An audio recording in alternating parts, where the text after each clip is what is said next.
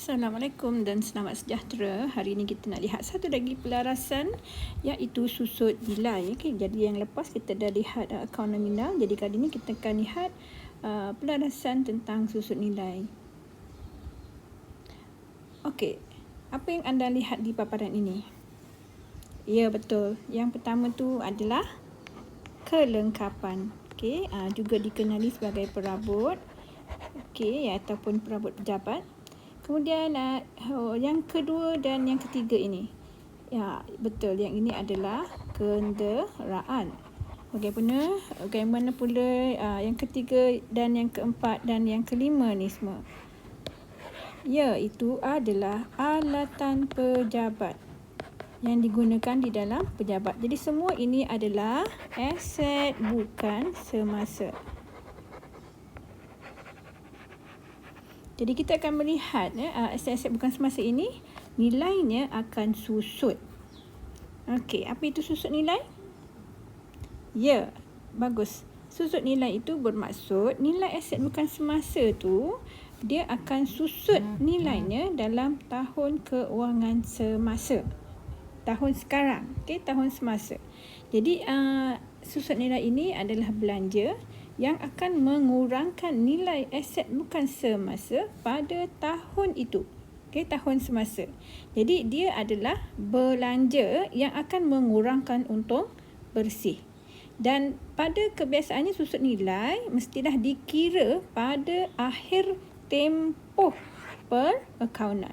Pada kebiasaannya kalau setahun iaitu pada 31 Disember. Jadi kita kena hati-hatilah bilakah tempoh perakaunan itu berakhir. Jadi apa pula susut nilai terkumpul? Dengan namanya terkumpul itu bermaksud dia akan menjadi lebih banyak dan banyak dan banyak. Iaitu susut nilai ini dikumpul daripada tahun pertama kita beli aset bukan semasa tu sehinggalah tahun semasa sepanjang kita menggunakan aset bukan semasa itu. Jadi nilai susut nilai terkumpul ini akan mengurangkan aset bukan semasa. Nilainya akan berkurangan. Jadi secara rumusannya kita lihat susut nilai ini adalah nilai aset bukan semasa yang susut dalam tahun keuangan semasa. Dia ialah satu belanja yang kita kira pada akhir tempoh perakaunan dan kita kumpul sepanjang penggunaannya dari tarikh ia dibeli sehinggalah tahun semasa, dan ini akan mengurangkan aset bukan semasa. Okey, mengapakah nilai aset bukan semasa dia susut? Ya, yang pertama, betul, makin buruk, makin usang, makin pudar, makin lusuh. Jadi nilainya akan susut. Ya, yang kedua iaitu teknologi, perubahan teknologi kepada laptop, komputer.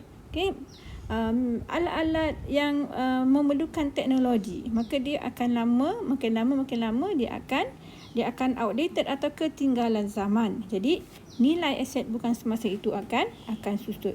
Dan yang ketiga adalah banjir atau kebakaran. Jadi aset itu akan rosak. Jadi kita lihat faktor keusangan iaitu dari segi fizikalnya dia semakin buruk, lusuh dan juga pudar. Teknologi menyebabkan ada ketinggalan zaman, laptop, komputer dan juga banjir serta kebakaran.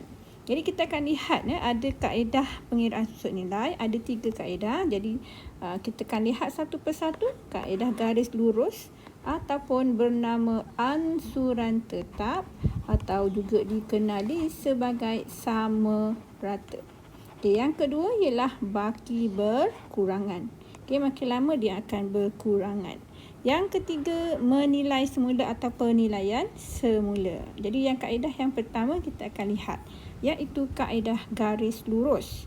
Jadi kaedah garis lurus ni dikenali juga sebagai ansuran tetap tadi kan, ataupun kaedah atas kos atau sama rata. So formulanya ialah kita akan mendapati susut nilai ini sama setiap tahun. Sama setiap tahun. Kadar yang sama yang kita kira setiap akhir tempoh perakaunan. Jadi formulanya ialah peratus susut nilai darab kos aset bukan semasa darab tempoh semasa, iaitu per 12. Tengok berapa bulan. Kalau dia cukup setahun, 12/12. Kalau dia tak cukup mungkin 6/12 atau 7/12. Okey, untuk tahun itulah. Ataupun kaedah yang kedua ialah jika kita boleh jual semula aset bukan semasa ini. Okey, contohnya pernah tak tengok kedai yang kita nampak pintu kereta ataupun kepala kereta. Itu adalah kedai besi buruk. Di mana kalau kita mempunyai kereta yang dah tak boleh berfungsi lagi, dah banyak sangat kali dah kita baiki, umur dia pun dah sangat-sangat tua, maka kita try tanya kedai besi buruk, nak tak dia ambil kereta kita tu. Jadi katalah dia mempunyai nilai jual semula atau nilai besi buruk.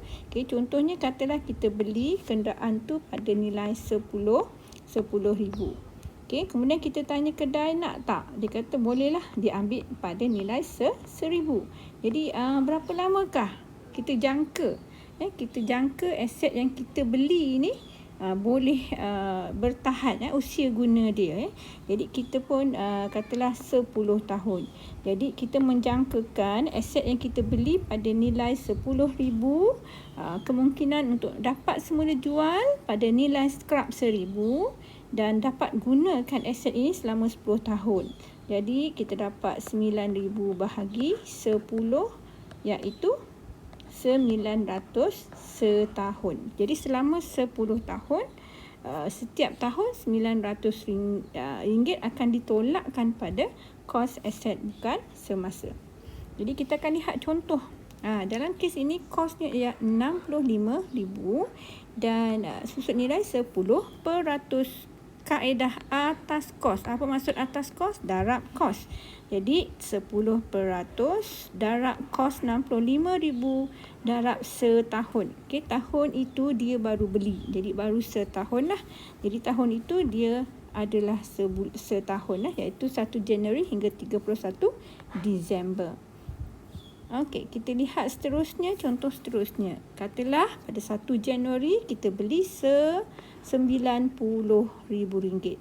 Kita akan susut nilaikan 10% kaedah garis lurus. Jadi setiap 31 Disember kita akan kira susut nilai. Jadi kita beli 1 Januari 2018. Jadi tahun 18 cukup tak setahun? Cukup. 1 Januari sehingga 31 Disember. Tahun kedua pun cukup setahun. Tahun ketiga pun cukup setahun. Jadi kita akan lihat, kita akan gunakan kaedah garis lurus. Yang mana satu kita akan guna? Ya, kita akan guna formula yang pertama, iaitu peratus darab kos darab tempoh masa. Okey, jadi kita akan kira, iaitu kosnya RM90,000, 10% dan baru setahun. Okey, tahun pertama. Jadi kita dapat 9,000. Jadi kita isikan susut nilai untuk 2018, 9,000 sama. Setiap tahun sama. Garis lurus kan. Jadi tahun pertama baru setahun. Jadi kita baru kumpul 9,000. Bila dah 2 tahun, 9,000 yang pertama campur 9,000 yang kedua dapat 18,000. Kemudian tahun ketiga kita tambahkan 9,000 tambah 9,000 tambah 9,000. So kita ada 3 kali tambah 9,000. Okey. Baik, seterusnya contoh yang kedua. Yang ini kosnya ialah 40,000. Kita dapat jual. Kita jangka kita boleh dapat jual semula pada nilai 8,000. Dan kita nak guna selama 10 tahun. Jadi tahun pertama cukup setahun. Tahun kedua cukup. Tahun ketiga juga cukup. Jadi kita akan gunakan, kita akan gunakan formula yang kedua. Iaitu kita akan lihat 40,000 ialah kosnya. Kemudian kita akan tolakkan nilai scrap dan kita akan bahagikan dengan 10 tahun. Ya, jadi jawapannya 3,200 untuk tahun pertama, tahun kedua, tahun ketiga. Jadi tahun pertama baru setahun, 3,200. 2 tahun darab 2, 6,004. 3,200 darab 3, 9,600.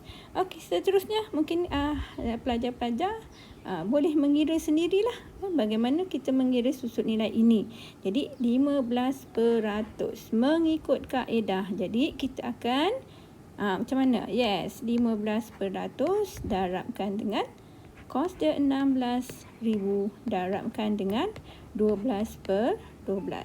Okey, jadi kita boleh kira Berapa tu agaknya? Berapa tu agaknya? Dapat tak? Ha?